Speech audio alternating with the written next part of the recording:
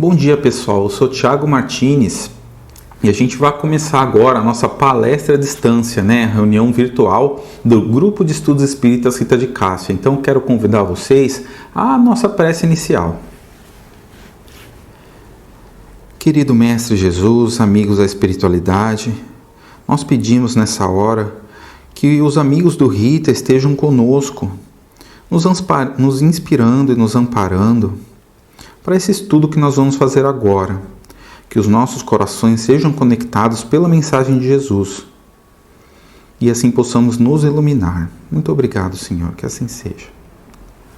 O nosso estudo de hoje, ele é sobre o capítulo 12 do Evangelho segundo o Espiritismo, que se chama Amai aos vossos inimigos. Especialmente, ele é um texto que está dentro desse capítulo que se chama Os Inimigos Desencarnados. Nessa parte desse texto aí, Allan Kardec ele vai comentar sobre como o Espiritismo nos permite ter uma visão diferenciada sobre essa questão dos amores aos inimigos. E para comentar isso, primeiro, a gente vai falar antes um pouco uns comentários gerais sobre esse tema, antes de entrar especificamente na questão dos inimigos desencarnados. Vamos começar com a leitura do trecho do Novo Testamento que começa esse capítulo do Evangelho segundo o Espiritismo.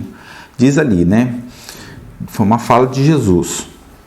Vocês ouviram o que foi dito: amarás o teu próximo e odiarás o teu inimigo. Eu, porém, vos digo: amai os vossos inimigos, fazei o bem aos que vos odeiam, e orai pelos que vos perseguem e caluniam. Desse modo vos tornareis filhos do vosso Pai que está nos céus, porque Ele faz nascer o seu sol igualmente sobre maus e bons, e cair a chuva sobre justos e injustos. Porque se só amardes o que vos amam, que recompensa tereis? Os publicanos também não procedem dessa maneira? E se saudais apenas os vossos irmãos, que fazeis demais?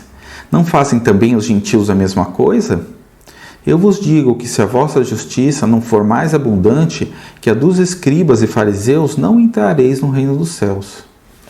Esse é um trecho, uma fala de Jesus que está no capítulo 5 de Mateus, e tem inclusive no capítulo também o trecho correspondente do Evangelho de Lucas.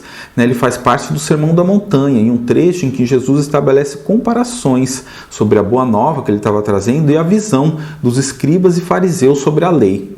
O que é a lei aqui na fala quando Jesus fala em lei? Ele está se referindo aos 5 livros de Moisés, que é a base da religião judaica. E também os profetas, que são os outros livros que compõem a Bíblia hebraica, que hoje também fazem parte do Antigo Testamento da Bíblia cristã.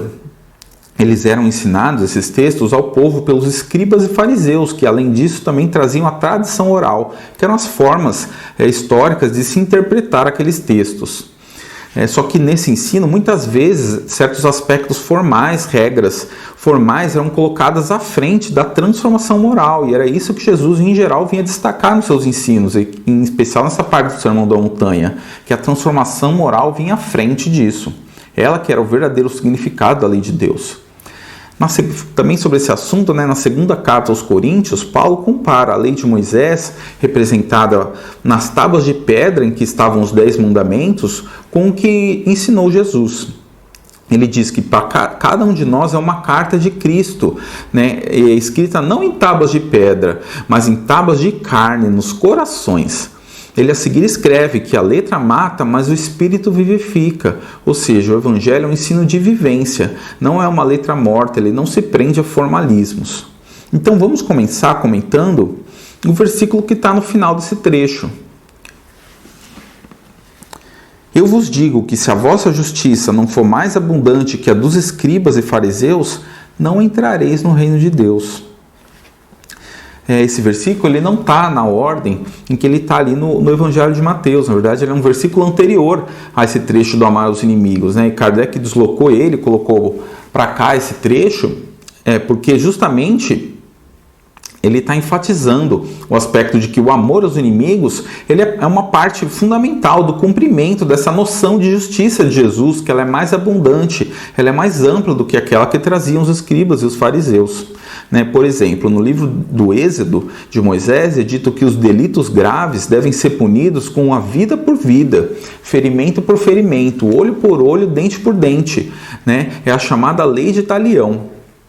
e a punição proporcional e na mesma medida da falta que foi cometida. Ela, na verdade, era um avanço na época em que Moisés a trouxe. Né? Por quê? Porque antes vigorava um tipo de vingança sem limites. Por exemplo, no livro de Gênesis, que narra a história antes de Moisés, do povo hebreu, é dito que Lameque, filho de Caim, né, ele se vangloriava porque ele matou 2 homens. Por quê? Um era um homem que havia ferido ele e outro era um rapaz que havia pisado nele. Então, com a lei de talião, isso não era possível. Se ele foi ferido, ele poderia ferir de volta, mas nunca ia poder matar a pessoa, né, por um ferimento.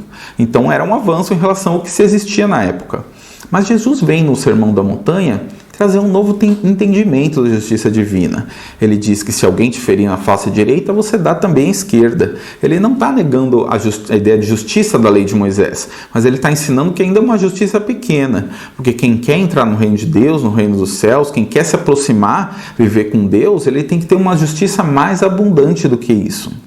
E esse ensino do amor aos inimigos é parte dessa justiça abundante. Ele que fecha esse capítulo do Evangelho de Mateus, né? Porque ele é um passo adiante, um passo muito largo em direção em viver essa justiça. Ele certamente é um dos ensinos de Jesus que mais chocam o senso comum, porque em sociedades no estágio de evolução como a nossa da Terra, ainda é mais fácil para nós o impulso de reagir negativamente a quem nos traz algo de negativo. Então vamos voltar à fala de Jesus, que começa assim: vocês ouviram o que foi dito. Vamos ler aqui. Vocês ouviram o que foi dito. Amarás o teu próximo e odiarás o teu inimigo. Eu, porém, vos digo: amai os vossos inimigos, fazei o bem aos que vos odeiam e orai pelos que vos perseguem e caluniam. Né? Essa expressão, ouviram o que foi dito, ele se refere justamente, está remetindo ao fato de que era o ensino oral dos escribas e dos fariseus. E aí quando ele vai falar essa frase, odiarás o teu inimigo, uma primeira pergunta: isso realmente está escrito na Bíblia hebraica e no Antigo Testamento, que é para odiar os inimigos? A Bíblia de Jerusalém, ela traz uma nota onde ela fala que, na verdade, essa expressão, exatamente, ela não está em nenhum ponto do Antigo Testamento, né? Ela até fala que o idioma aramaico, que era o idioma que Jesus falava, ele era muito pobre em expressões. Então, quando ele a fala odiar o inimigo, ela também poderia ser traduzida como você não tem obrigação, na verdade, de amar o seu inimigo. Mas ainda assim, né, em alguns pontos do Antigo Testamento, havia certas recomendações, certos tratamentos que eram recomendados às pessoas que desrespeitavam a lei, os chamados pecadores, né, ou então aos povos inimigos de Israel, que podiam se assemelhar ao ódio e ao desprezo, ou poderiam despertar esse sentimento nas pessoas. E se Jesus disse dessa maneira, porque era algo que era comum, essa interpretação naquela época, associar isso com um sentimento de ódio realmente. Por exemplo, no Eclesiástico é dito, no capítulo 12, que se deve dar ao homem piedoso e não ajudar o pecador. Recusa-lhe o pão, não lhes dê nada, porque encontrarás o dobro de males por todos os benefícios que fizeres. Enquanto os povos também, né, isso é um tratamento dado aos pecadores, e além disso, quanto aos povos inimigos, geralmente aparecia no Antigo Testamento que eram ordens de Deus para lutar, enfrentar aqueles povos. Eles justificavam aquelas lutas deles como mandamentos, ordens de Deus. Por exemplo, o profeta Samuel, no livro dele, ele diz que se Deus ordenou ao rei Saul que ele aniquilasse todo o povo amalequita, homens, mulheres e até crianças. Por quê? Porque esse povo havia atacado o povo hebreu quando eles estavam fugindo do Egito. Então ele devia dar essa retribuição. Só que Jesus ele muda totalmente, né, a maneira de orar, olhar para o adversário, quando ele recomenda: amai os vossos inimigos, fazei o bem aos que vos odeiam e orai pelos que vos perseguem e caluniam. Essa frase, amar os inimigos, ela pode causar pelo menos 2 tipos de estranhamento, né, que vem da força que essas 2 palavras têm: inimigo e amor. O primeiro estranhamento possível é justamente a própria ideia de ter um inimigo. Nos tempos de hoje, essa palavra parece muito forte para a gente, né? Como assim? A gente vai ter um inimigo? Ela parece muito pesada. E é bom a gente perceber isso, porque quando às vezes a gente lendo o Evangelho, a gente nota que algumas coisas não mudaram tanto da época de Jesus para cá, mas outras é bom notar que mudaram para muito melhor. E essa é uma delas, né? Porque é bom a gente reparar nisso, porque quando a gente vê essas mudanças, a gente tem uma atitude de otimismo, vê a lei de evolução, a história, a transformação para melhor. Um exemplo das coisas que ao longo dos anos se transformaram é a questão do duelo, né? A prática que havia de quando uma pessoa sentisse a sua honra ofendida, ela tinha o direito de requisitar a que ofendeu para um duelo até a morte, né? Era algo que a sociedade conhecia como algo legítimo, né? E inclusive era um costume que existia ainda na época de Allan Kardec, até que nesse capítulo do Evangelho ele tem uma seção só com mensagens que condenam essa prática do duelo. Hoje, nos tempos de hoje, infelizmente, ainda existe, né, mortes causadas por esse motivo. A pessoa se sente ofendida e mata outra pessoa, né? Só que hoje em dia é diferente, que a sociedade não reconhece isso como algo legítimo. Se a pessoa fizer isso, ela vai ser acusada de um crime. Não é um direito como antes ela tinha. E tem um inimigo, é uma coisa que também é algo que nos dias de hoje não vai ser bem visto, né? Em geral, a palavra ela nos parece algo forte demais, né? Jesus ele serviu da palavra que era do cotidiano da época, naqueles tempos em que as guerras entre os povos eram comuns, né? E a convivência entre as pessoas também era mais bruta. Mas quando nós alargamos os sentimentos que estão por trás dessa palavra inimigo, vamos ter uma visão mais ampla sobre isso, nós percebemos que essa mensagem, na verdade, ela continua atualíssima. O inimigo aqui, né, ele é também um adversário, qualquer pessoa com que se tenha um laço de inimizade, né, uma divergência profunda. Ele pode ser até alguém próximo, né? Mas com quem se tem alguém com quem a gente tem conflitos não resolvidos, brigas, né? A gente pode interpretar também esse ensino do inimigo como servindo para essas situações. Então, a gente vai continuar usando esse termo inimigo, que é o que está no Evangelho, mas vamos ter sempre em mente que a gente, em geral, vai ter uma interpretação mais abrangente dessa palavra para aplicar ela nas nossas vidas. Então, nós chegamos a uma outra noção que também causa espanto nessa frase do amor aos inimigos, que é a própria ideia de você dar amor a alguém que tem uma relação de inimizade com você, com quem você não tem afinidade. Esse estranhamento ele vem da própria força da palavra amor, né? É uma palavra forte. Ela significa também muitas coisas para nós. Allan Kardec ele fala no começo desse capítulo de que a nossa linguagem ela é limitada. Então essa palavra amor, ela significa coisa demais para nós, os seus significados são muito amplos. Ele diz que nesse contexto, né, do amor aos inimigos, a palavra amor não significa a mesma ternura, o mesmo carinho que a gente tem com as pessoas que a gente realmente gosta, né? Os nossos amigos, os nossos familiares. Até porque a gente não tem como ter com alguém que você tem essa tipo de relação de inimizade, você tem a mesma confiança com quem você tem com a pessoa que é próxima com você. Você tem afinidade. Como diz Jesus, né? O amor aqui não é não ter o ódio, né? Rancor, desejo de vingança. Fazer o bem a quem te quer o mal, é orar por quem te persegue. Então, ainda que não seja o mesmo tipo de carinho que você tem pelas pessoas próximas a você, ela ainda é bastante coisa você conseguir ter esse sentimento por algum adversário. Sobre esse significado da palavra amor destinado aos inimigos, tem um sermão de Martin Luther King que ele também fala sobre isso, que é interessante, nós vamos trazer aqui. A gente vai falar mais uma vez depois sobre Martin Luther King e sobre o exemplo que ele deu de amor aos inimigos, mas agora vamos comentar um pouco sobre esse texto dele, que se chama justamente Amor aos Inimigos. Ele diz lá que o amor é algo mais profundo que o desabafo sentimental. E ele recorre à questão de qual é a palavra amor no grego, que foi a língua em que o Novo Testamento foi escrito. Na verdade, no grego tem 3 palavras que a gente traduz aqui como amor. Né? A primeira delas é o eros, que significa aquele amor romântico. É o uso mais comum que a gente faz da palavra. O outro tipo de palavra que é traduzida como amor é o filia, que é a relação de amizade, é o sentimento que você tem de afeição íntima para as pessoas que você tem essa afinidade, essa relação de amigo. E é um sentimento que ele tipicamente vai ser recíproco. É uma amizade que você dá e recebe também, você entrega e ganha de volta. E tem uma terceira palavra para o amor, que é a palavra que os evangelistas usam nesse trecho, em que foi traduzido como amor aos inimigos. Essa palavra é o ágape. Né? O que é o ágape? Ela é boa vontade, a compreensão para com todas as pessoas. Esse é um amor que ele não pede nada em troca, ele é incondicional, porque ele não exige que o outro seja compreensivo para que você seja compreensivo com ele. É um amor transbordante, porque é o amor de Deus no coração do homem. Amar a pessoa que pratica uma ação contra você é similar, é o amor que Deus entrega pra gente, porque esse é um amor incondicional, mesmo que quando a gente não segue a lei de Deus, a gente dessa forma não expressa amor por Deus, Deus continua amando a gente. E quando a gente consegue, de alguma forma, se aproximar dessa ação do amor ao inimigo dessa maneira, a gente está se aproximando da forma como Deus nos ama também, uma forma incondicional. Se a gente dá essa entrega ao inimigo, mesmo que ele não entregue a gente, tem esse tipo de consideração com ele, a gente está amando como Deus ama, e isso nos aproxima dele.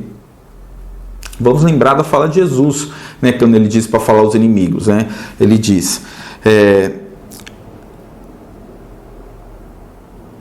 Desse modo, se você amar os inimigos, vos tornareis filhos do vosso Pai que está nos céus, porque ele faz nascer o seu sol igualmente sobre maus e bons, e cair a chuva sobre justos e injustos. Essa imagem bonita do sol e da chuva que vem para todos os tipos de pessoas, ela evoca também a ideia, um povo essencialmente agrário, o povo hebreu da época, então a chuva era algo muito esperado, muito abençoado, porque ela trazia boas colheitas. Então quando Jesus fala que Deus traz o sol e a chuva, traz as coisas boas para todas as pessoas, as que fazem o bem ou não, ele está falando dessa misericórdia de Deus, desse amor que dá sem receber. E quando a gente consegue ter algo próximo com isso, com o adversário, a gente se aproxima mais de Deus, então. E dito isso, o que o amor aos inimigos requer compreender, mesmo sem esperar compreensão, isso significa então que eu vou contemporizar com o mal, que para evitar ficar mal com as outras pessoas, evitar criar atritos, eu não vou ter as minhas próprias opiniões, que eu vou aceitar qualquer coisa que as pessoas façam só para não ter nenhum tipo de atrito com elas? Não, na verdade não é isso que o Evangelho ensina. O maior dos exemplos é o do próprio Jesus. Emmanuel ele tem uma mensagem pela psicografia de Chico Xavier, em uma das mensagens que ele comenta essa parte do Evangelho de Mateus, é uma mensagem que se chama Tolerância e Coerência. Ele vai recordar o que Jesus indicou para a gente em uma situação como essa, Ele vai falar que com pretexto de amar os inimigos, Jesus podia fazer reuniões, acordos políticos com os membros do Sinédrio, com os fariseus, ele podia propor alguma negociata para Pilatos e recuar do seu ensino, dar passos atrás para poder conciliar ali as coisas, sob o pretexto de amar os inimigos. Mas não foi isso que ele fez, Ele preferiu suportar com serenidade a sentença injusta que o levou à morte, mas ele não recuou no ensino das verdades espirituais. Na hora mais dolorosa da crucificação, ele ainda pediu o perdão da providência, para as pessoas que feriram ele. Então ele nos ensinou novamente que nós precisamos, ele não é recuar no que é o correto, mas para a pessoa que está fazendo um ato incorreto perante a nós, é orar por eles, orar pelos que nos perseguem, mas sem premiar os seus erros, para que os erros não cresçam com o nosso apoio. E Emmanuel põe duas frases que são bonitas. Ele diz... a tolerância não dispensa a coerência, e a caridade é um sol que abraça tudo, mas não transige com o mal. Outro grande exemplo disso, do amor aos inimigos, numa época mais próxima à nossa, é o de Martin Luther King, que nós já mencionamos. Ele foi o principal representante de um movimento que lutou contra uma injustiça social, na questão da desigualdade racial, sem desrespeitar o preceito de amar os inimigos. Esse foi o movimento dos direitos civis lá dos Estados Unidos, que teve o seu auge nas décadas de 1950 e 1960. Lá nos Estados Unidos, o fim da escravidão gerou uma guerra civil entre os estados, porque os estados do sul, que tinham uma economia muito baseada no trabalho escravo, era parecida com a nossa aqui do Brasil. eles quiseram se separar do resto do país para manter a escravidão, né, que estava a ponto de acabar ali já no país. Esses estados, eles perderam a guerra, mas aí, apesar de eles terem sido forçados a acabar com a escravidão, eles colocaram leis de segregação racial que restringiam os direitos de quem não fosse branco. Eram restrições no poder de voto e também em vários outros aspectos, né, na segregação de espaços públicos, separar espaços de brancos e espaços de negros. O movimento pelos direitos civis, que tentava mudar essas leis, ganhou um novo ímpeto por um episódio que aconteceu em 1955 na cidade de Montgomery, no Alabama.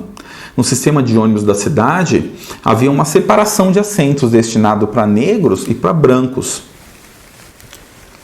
Mas se um branco entrasse no ônibus e os seus assentos estivessem todos ocupados, as pessoas negras eram obrigadas a se levantar para dar lugar para ele. E esse episódio que aconteceu foi que um certo dia uma mulher chamada Rosa Parks, aconteceu um caso assim, um homem branco entrou no ônibus e o motorista pediu para se levantar e ela se recusou a fazer isso e por esse motivo ela foi presa, né? E isso despertou uma grande indignação na comunidade, né? E a comunidade negra se organizou e decidiu que ia parar de usar o sistema de ônibus até que eles eliminassem esse tipo de discriminação. Isso gerou um grande prejuízo financeiro para o sistema de ônibus, porque mais de 70% dos usuários eram negros. Martin Luther King, ele era um pastor da Igreja Batista e ele foi escolhido como líder desse movimento, né? Era um movimento que ele contava com um grande envolvimento das igrejas e da comunidade cristã. Ele escreveu num dos seus textos que Gandhi foi uma grande referência, porque eles usavam os métodos de Gandhi de resistência civil não violenta, mas que a principal inspiração da comunidade foi justamente o Sermão da Montanha de Jesus, o amor cristão ensinado por Jesus.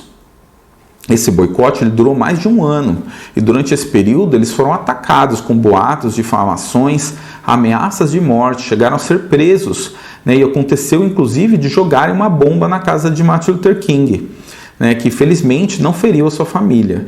Em alguns momentos, quando ele estava sozinho em casa, ele tinha raiva da situação, ele se sentia abatido, sentia suas forças se esvaindo, mas ele procurava o apoio na oração, chamava por Deus e percebia que esse apoio estava presente. No dia da bomba, ele disse que centenas de pessoas da comunidade negra se aproximaram da sua casa.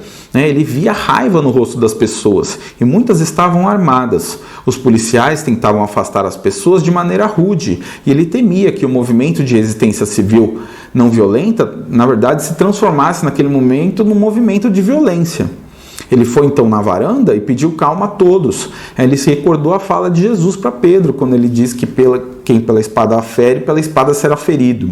E ele disse também, né? Não estamos defendendo a violência. Queremos amar nossos inimigos. Sejam bons para eles. Amem-nos e façam com que saibam que vocês os amam.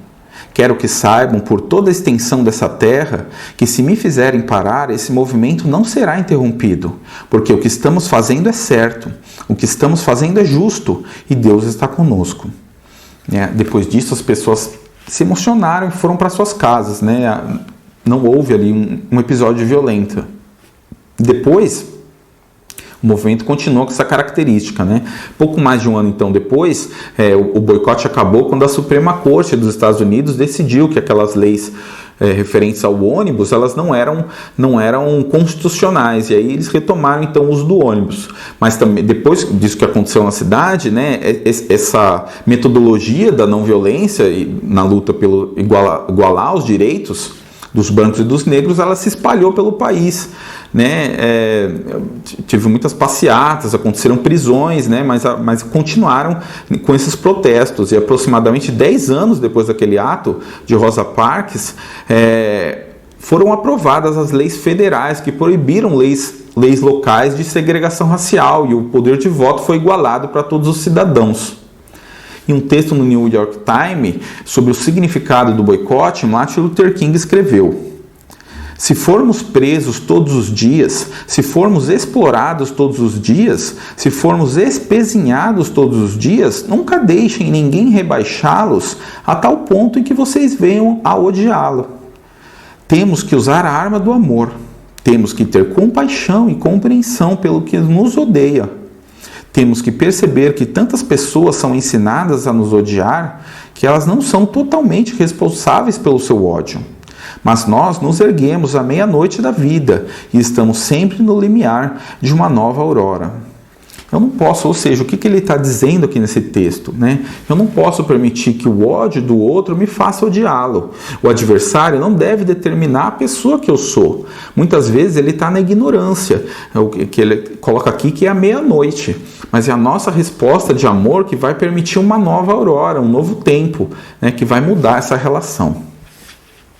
Bom, e vamos colocar então, entrar na questão proposta por Allan Kardec, né, de como os espíritas eles têm ainda mais motivos para indulgência com as pessoas de quem se tem laços de inimizade. O primeiro desses motivos é justamente compreender que a maldade ela é algo temporário no ser humano, né? Que todos os espíritos algum dia vão corrigir os seus erros e vão se tornar bons, né?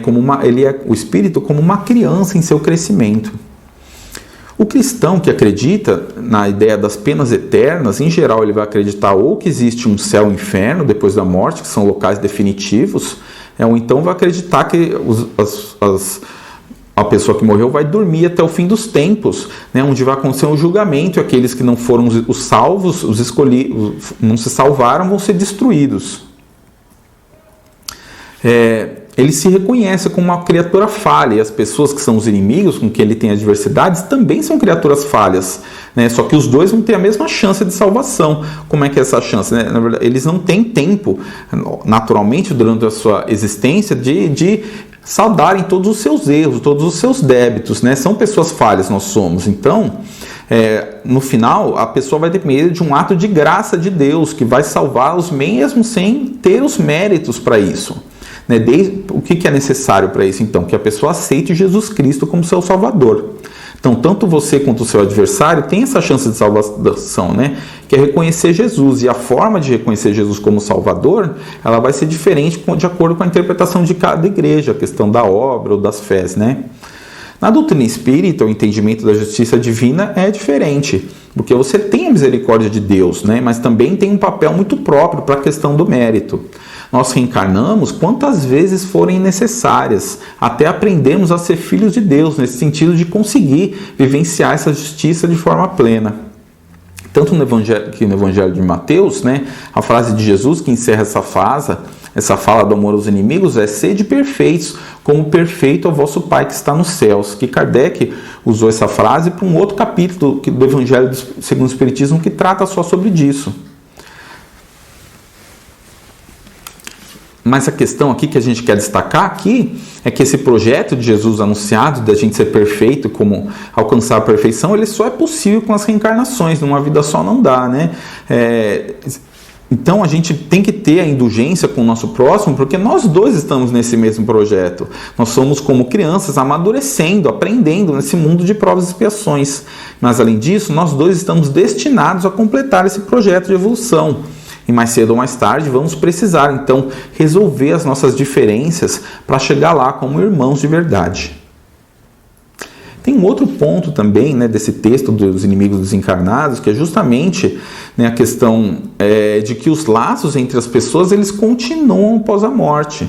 Eles não se desfazem com o corpo físico, né, eles continuam. Então, a pessoa que tem um ódio muito grande de outro, até chegar ao ponto de matar aquela pessoa que ela odeia, ou então desejar a morte dela, o sangue e a morte não vão resolver esse problema, ele vai continuar. Na verdade, em vez de ter um inimigo aqui na Terra, ele vai passar a ter um inimigo no mundo espiritual, um inimigo desencarnado. Tem um texto de Joana de Ângeles, psicografado por Divaldo Franco, que saiu no jornal Mundo Espírita, que se chama Inimigos Desencarnados. E esse texto ele vai falar da situação do espírito quando ele desencarna. Na volta para o mundo espiritual, a pessoa vai levar as suas características, né, ou a sua moralidade que ela trabalhou aqui. E aqui vai ter alguns espíritos que vão estar presos no estado de perturbação e não vão ter o seu raciocínio todo. Mas depois que ele sai dessa perturbação, e os espíritos que já chegarem sem ter essa perturbação, eles vão ter um momento que eles vão repassar na sua consciência as mensagens que foram armazenadas durante a vida na Terra. A gente até recorda daqueles casos de pessoas de situações de quase morte, a pessoa que morreu por pouco, ela sobreviveu, né? E muitos narram que aconteceu um processo em que elas viram a vida passar diante dos olhos. O que Joana de Ângeles diz é que acontece isso, de fato, quando o espírito recobra a sua lucidez no mundo espiritual. E aí, quando ele tem essa recapitulação, vão aparecer, né, na sua imagem mental, de maneira mais forte, aqueles sentimentos que mais o marcaram, né, aquelas coisas que feriram muito as suas emoções, e aquelas que também deram a ele grandes alegrias. E se o que predominou foi o sofrimento, né, e esse sofrimento ele não auriu o patrimônio espiritual para lidar com aquele sofrimento que ele vai ter, ele vai se deixar levar pela angústia. E se for uma outra pessoa de alguma maneira envolvida com esse sofrimento, ele vai vai ter uma atitude de vingança, de querer descontar, né, de cobrar, guiado pelo ódio, o que ele julga que a pessoa deve para ele. E aí entra aqui a questão da afinidade moral. Se o seu adversário encarnado compartilha da mesma sintonia espiritual com você, de fato, se ele teve essa responsabilidade em ferir o outro, vocês vão estar com esse laço de sintonia. Aí tem um vínculo psíquico entre os dois. Joana diz que o desencarnado, então, vai conseguir interferir na economia mental do encarnado, na economia emocional. Ele vai começar, então, um processo obsessivo, essa influência perversa, né, sobre o encarnado que tem afinidade com ele. Ela vai explicar que o espírito desencarnado que está com essa atitude, ele tem a consciência do seu sofrimento, ele identifica que a origem dele está relacionada com aquela pessoa, mas ele não compreende as suas causas profundas, por uma falta de entendimento do que é a própria justiça de Deus, do que é o significado da reencarnação. Ele acredita que o outro tem uma dívida com ele e que ele tem o direito, então, de ser o cobrador dessa dívida. Só que a justiça de Deus não funciona assim, né? Quando o outro nos faz um mal, ele não tem uma dívida conosco. Ele vai estar, na verdade, se desviando do plano de Deus. E é a Deus, então, que ele vai responder, ao nosso Pai. Mas cabe aqui comentar que Deus, ele não é um cobrador, ele não é alguém que ele não se ofende com tudo que nós fazemos, que faz uma lista de todas as coisas que nós devemos e vai cobrar uma por uma, né? Vai exigir que a gente pague tudo. O que Deus quer é que a gente aprenda a viver com o coração no bem, né? Sem culpas e remorsos. Se nós conhecemos a reencarnação, mas não refletimos direito nesse conceito de justiça, com a misericórdia, com a bondade, com a abundância, né, que Jesus trouxe para nós, a gente vai achar que tem uma versão espírita da lei de Talião. O que seria isso? Que tudo que você fez numa vida, você vai ter que pagar tudo na outra vida, né? Vai ser o olho por olho, dente por dente. Mas não é isso, na verdade, que o Espiritismo ensina. O resgate das faltas passadas, ele é como um tipo de terapia para o espírito. Ele serve para tirar aquele peso das nossas costas. A justiça do Pai, ela tem muita misericórdia. Não é questão de pagar todos os pecados, né? Essa palavra que a gente, na verdade, não usa. É a questão de fazer o necessário para que a gente aprenda com o erro, desobrigue a nossa consciência e siga adiante. E se nós perdoamos o inimigo, nós não estamos eliminando a responsabilidade dele perante a justiça divina. Nós só estamos fazendo a parte que nos cabe. Estamos dizendo a Deus: Pai, eu não quero mais participar dessa relação de ódio. Me livra desse mal. Eu quero viver como filho de Deus, compartilhar do seu amor, que é sólido e não se desmancha com o desamor do outro. Quando nós conseguimos fazer isso, aquela sintonia negativa de inimizade se desfaz. Quando um não quer, dois não brigam. O outro ele pode até persistir por algum tempo, querendo essa luta, querendo a desforra. Nessa hora, Emmanuel diz uma mensagem, né? Que o outro, nesse momento, ele vai ser o nosso professor, ele vai nos ensinar a nos testar nas provas da vida. Mas em algum momento, o próprio perseguidor vai ser tocado se a nossa mudança de atitude for perseverante. Porque no fundo da alma dele, ele também deseja essa mudança. Kardec diz a seguinte frase: que não há coração tão perverso que não se deixe tocar pelas boas ações, mesmo a contragosto, e que o bom procedimento pode fazer de um amigo um inimigo, antes e depois da morte. Bom, e para encerrar, com esse ensino, A gente vai trazer como uma ilustração de tudo isso que foi dito, uma história muito interessante que está no livro A Eterna Mensagem do Monte, escrito pelo espírito Leon Tolstói, pela psicografia da médium Célia de Camargo Xavier. Desculpa, Célia Xavier de Camargo. O conto ele começa na Rússia, né, que é a terra de Tolstói. E ele narra a história de um rapaz chamado Boris Chernigov. Esse rapaz, ele descendia de uma família tradicional, uma família poderosa ali na Rússia. Ele tinha grande poder e muita fortuna, ele tinha muitos servos. E ele, por ter crescido com alguém rico, ele acabou se tornando, e nobre, né? Ele acabou se tornando uma pessoa arrogante, que desprezava aquelas pessoas mais humildes, em especial os servos, os empregados dele. Em um determinado dia, um desses empregados, que se chamava Peter, foi até ele com todo o respeito, pediu desculpa por estar incomodando, mas falou que tinha uma questão urgente. O filho dele estava doente e ele precisava de um dinheiro emprestado para levar esse filho ao médico. E qual foi a reação de Boris? Ele se encheu de cólera e retrucou, dizendo: "Você pensa que eu tenho dinheiro para perder contigo, seu miserável? Não te darei um rublo sequer. E o que fazes aqui quando deveria estar trabalhando na colheita, vagabundo? Fora daqui, volta às tuas obrigações, e se não quiseres ser castigados como merece.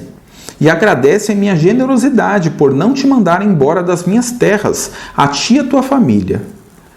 Então, bom, depois dessa fala, né, muito dolorosa, que machucou muito Peter de ser humilhado dessa maneira, né? Ele ficou cheio de cólera, cheio de raiva em seu coração, mas ele não podia demonstrar, porque a família dependia desse sustento. A caminho de casa, ele precisou ainda trabalhar, não pôde já tentar buscar algum socorro para o filho, dado aquilo que o patrão lhe disse, né? E mais tarde, quando ele voltou para casa, né, ele explicou para a esposa o que aconteceu, e ela aplicou uma simpatia que uma curandeira tinha ensinado para ela, né, mas a melhora do filho não estava acontecendo. Ele ficou nesse momento fitando uma imagem que ele tinha de Nossa Senhora de Kazan, que estava na parede da sua casa, e ele suplicou amparo em oração, mas o pensamento de revolta ficava voltando para ele, né? Ele pensava no patrão Boris, e ele chegou em voz alta dizer que jamais o perdoaria se algo mais grave viesse a acontecer com seu filho. E o menino, que se chamava Nikita, ele ouviu o que o pai disse, né? Ele recobrou a consciência naquele momento. Ele abriu os olhos e disse para o pai se lembrar das vezes em que ele ensinou que ele tinha que ser um bom menino, que ele não tinha que guardar mágoas no coração de ninguém, né? Que nem ensinou Jesus, perdoar não 7 vezes, mas 70 vezes 7.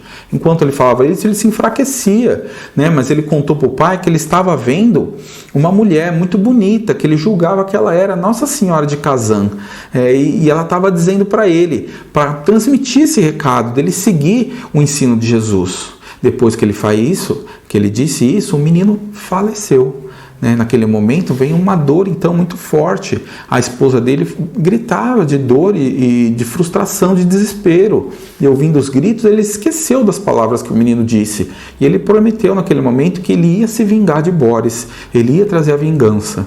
Ele pensou que a única maneira de trazer essa vingança é que Boris sentisse a mesma dor. Boris tinha um filho também, e naquele momento ele decidiu que ele ia matar o filho de Boris. Então, alguns dias depois, a criança estava brincando na propriedade, e ele se aproximou dela e disse se ela não queria ver se ela tinha vontade de ver uns peixinhos que pulavam no rio ali próximo. E o menino ficou empolgado, ele queria ver os peixinhos, e foi com ele então até o rio.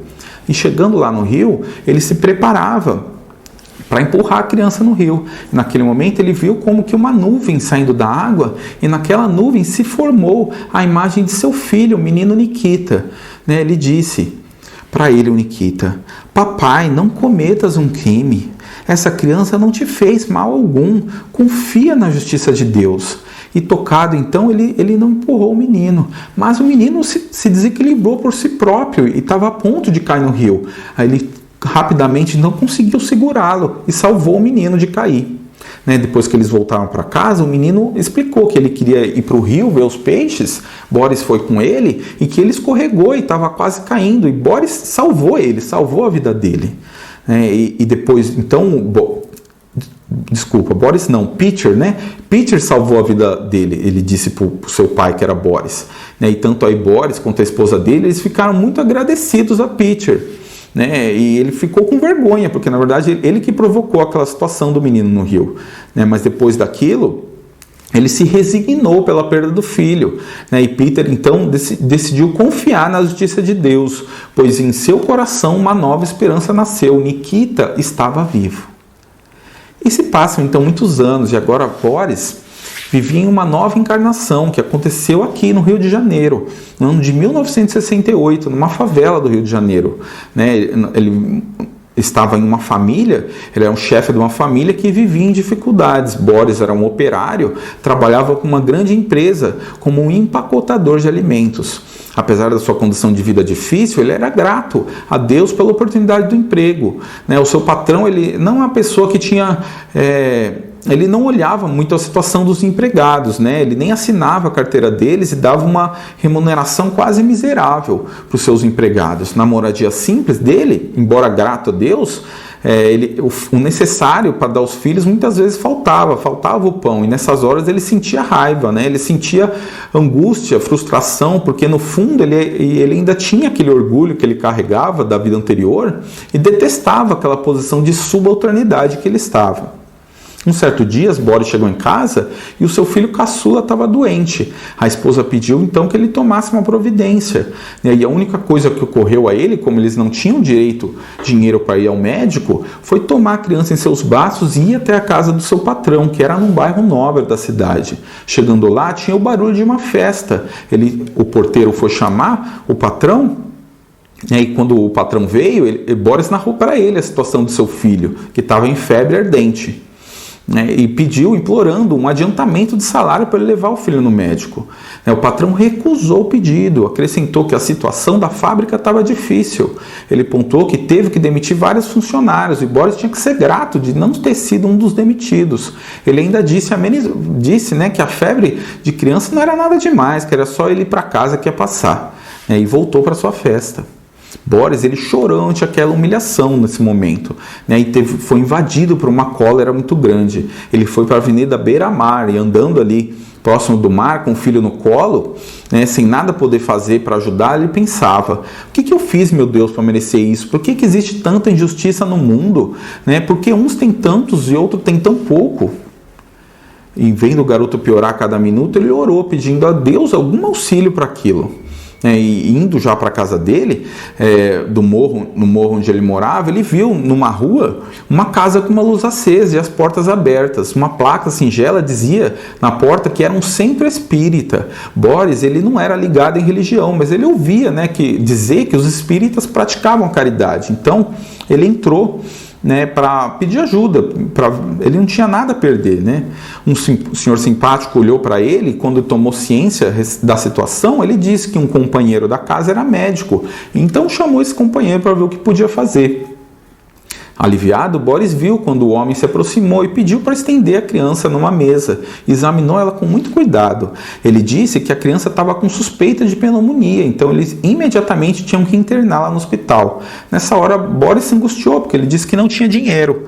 O médico disse então para ele não se preocupar, porque ele pegou a criança e levou-os no seu carro até um hospital da sua confiança. A criança foi medicada, né, e ficou numa situação de segurança, então, no quarto limpo, recebendo todos os cuidados das enfermeiras. Boris não sabia como agradecer aquele benfeitor generoso que o céu colocou na vida dele. Enquanto ele caminhava do lado do médico, que se chamava Pedro, ele explicou as suas condições de vida, a humilhação que ele sofreu do patrão e o milagre que aconteceu quando ele viu a casa espírita. Ele não era alguém que se abria com as pessoas, mas ele sentiu que podia se abrir e confiar em Pedro, como se ele já o conhecesse do passado. Pedro sentiu a mesma coisa, que eles já tinham um contato anterior, né? E teve a impressão que era um momento novo para os dois. Eles sentiram que surgiu uma amizade entre os dois, né? E E a história revela que Boris era o nobre russo da outra vida, e Pedro, na verdade, era Peter, né, que tinha sido o seu empregado que foi humilhado na vida anterior e perdeu o filho. Né? Só que há muito tempo Peter já havia perdoado Boris, e aí naquele momento ele indicava o progresso que ele já tinha realizado, com a relação de afinidade com que ele recebeu Boris. Boris começou a frequentar a casa espírita e entendeu a questão que muitos dos nossos problemas são hoje consequência dos erros do passado. E, sobretudo, ele entendeu que esses erros, muitos deles, na verdade, eles vêm da nossa comportamento atual. Ele percebeu que ele era uma pessoa frustrada e ele descontava nos colegas pobres também, que eram assim como ele. Quando ele notou isso, ele passou a ser gentil e amável com as pessoas, os seus colegas de fábrica, e acabou virando, na verdade, a pessoa mais querida entre todos na fábrica. Até no momento que surgiu um cargo de chefia, ele foi indicado, foi natural, porque ele era o mais querido de todos, e a sua vida até melhorou com isso, no sentido material. Então nós vemos aí um pouco de como funciona a justiça divina. Boris enfrentou uma situação difícil na segunda encarnação, né, como um resgate dos erros que ele cometeu na vida passada. Mas não foi um olho por olho. Ele viveu um drama parecido com o de Peter, mas o final foi diferente, porque aquilo que ele viveu já foi suficiente para construir o seu aprendizado. Pedro, que já tinha levantado em si o amor aos inimigos, ele teve a oportunidade dessa vez de verdadeiramente sim fazer o bem a quem o havia prejudicado. E com isso o laço de ódio que poderia existir entre os dois, na verdade se tornou uma relação verdadeira de amizade.